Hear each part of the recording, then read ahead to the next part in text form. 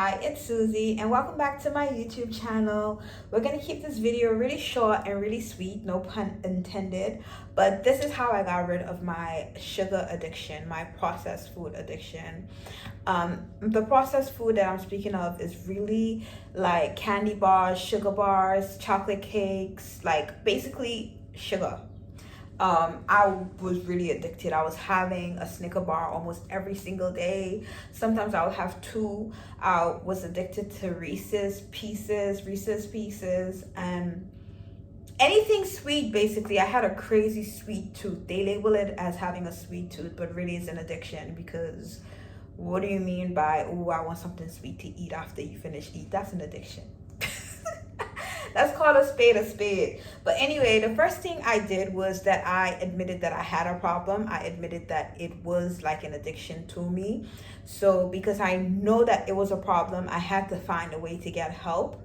And because I know that my preferred way of learning is through reading, I decided to get my help through that method. It's like when you reach to a place where you want to continuously develop yourself and continuously improve yourself and become a better version of yourself, understanding who you are, understanding how you learn, understanding how you comprehend things really does make a difference, because once you're ready to go to the next level, you know that your vice in your method of learning is either watching videos, or either is it reading, or is it listening to a podcast or listening to audiobooks.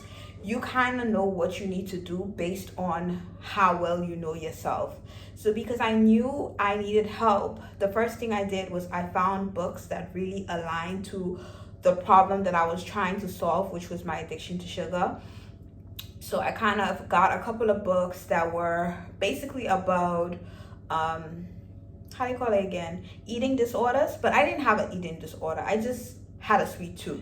But I used the same method that they use in that scenario to get rid of it. And most of the books and most of the audio books, I'm just going to summarize what they said, but most of these books helped me to understand that sugar and processed food is literally, she keep crying.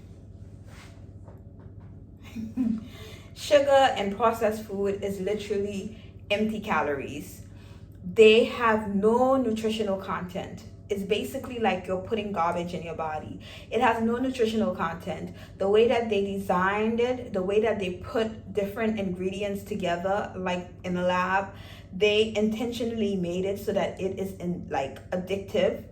They've done it in a way so that it mirrors what the body naturally likes, and then they amplified it. So if I know that they're trying to set me out from the get-go, now why would I be putting that in my body? Because I know y'all trying to set me out for me not to reach my goal. You guys are trying to set me up so that I'm addicted to the food, the products, and I keep spending my money on it. So the second I realized what their end goal was, I saw sugar, I saw processed food in a different way. I no longer saw it as a treat. I no longer saw it as, oh, I'm treating myself. I saw it as, oh, like I'm harming myself. I no longer saw it like, oh, I deserve this. Oh, it's just, I just need something sweet. Like I no longer saw it as something that I needed in my life. I actually saw it as poison now. I don't know if that makes sense, because I shifted my mindset from seeing it as something that's so amazing. I shifted and seeing it as like something that is harming me, which if you know something is harming you, it's unlikely that you're going to intentionally go out your way to eat it. And out of habit, you might try to, but I no longer have that desire or that craving. I feel like before, when I'd be like, oh, no more sugar, no carbs, no this, no that. And I was doing it because I was trying to be good, or I was trying to like be on my diet or be strict with my diet. I kind of seen it as me depriving of myself of something that I wanted. But now it's no longer something that I want. It's not like I'm depriving myself anymore. I don't know if that makes sense, but once I shifted my mindset and I saw it like that, it made such a huge difference. I no longer go out my way to go and buy sugar. I find myself craving carrots, cucumbers, like other things as well. Something else that the book really highlighted was that as humans, as we've evolved, we now don't rely on our natural senses to eat food. Our forefathers, they would rely on smelling the food or looking at the food, seeing how appealing it is, feeling the textures, and basically using that to navigate what you feel like was safe and what was good to eat. But like in the book, it encouraged me to look at what I was desiring. For instance, let's say Snicker bar, to look at it as an object, like look at it as it is.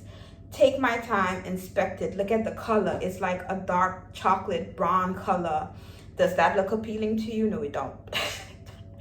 And then it's like the texture of it. It's hard when you eat into it. Like, how does it taste? Like, and it basically told me to really take my time and don't eat it in one go, but actually sit down and process what you're putting into your body. Smell it. It has no smell.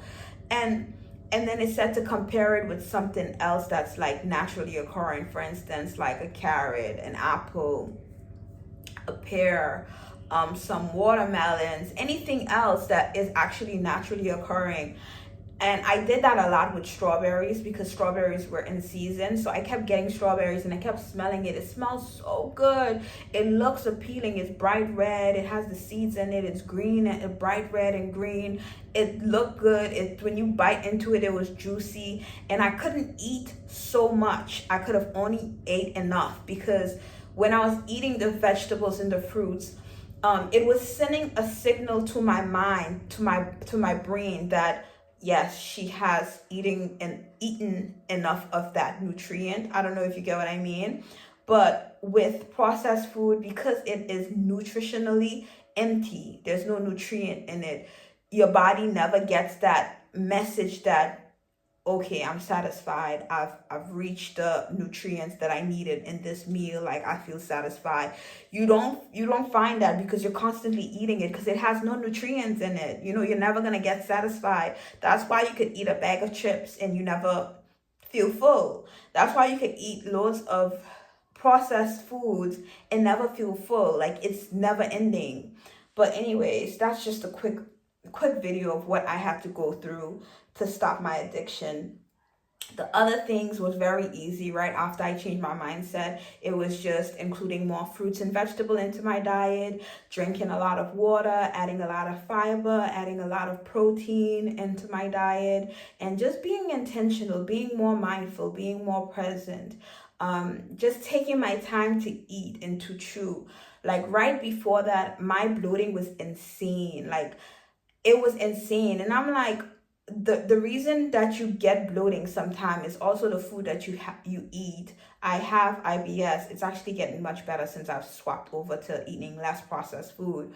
But and it's also linked to what you eat and how fast you eat. And I'm wondering if I was just shoving all the food down my throat and maybe that's why I was swallowing a lot of air and like while I was eating. I don't know. I can't go back and see how I was eating, but I know I wasn't present when I was eating. But all of that really made a difference in what I have established now. And that's just the beginning of me creating healthier habits instead of me just focusing on the aesthetic of losing weight, the aesthetic of being fit. I am trying to focus more on nutrition instead of going to the gym, doing cardio, lifting heavy. I'm still going to the gym. I'm still exercising. I'm still strength training. I'm still doing some cardio, but I've shifted my focus from the gym to more of my nutrition, just eating more whole food. And I'm not perfect. That's the thing. I don't even see it as me being perfect, me being good or bad anymore.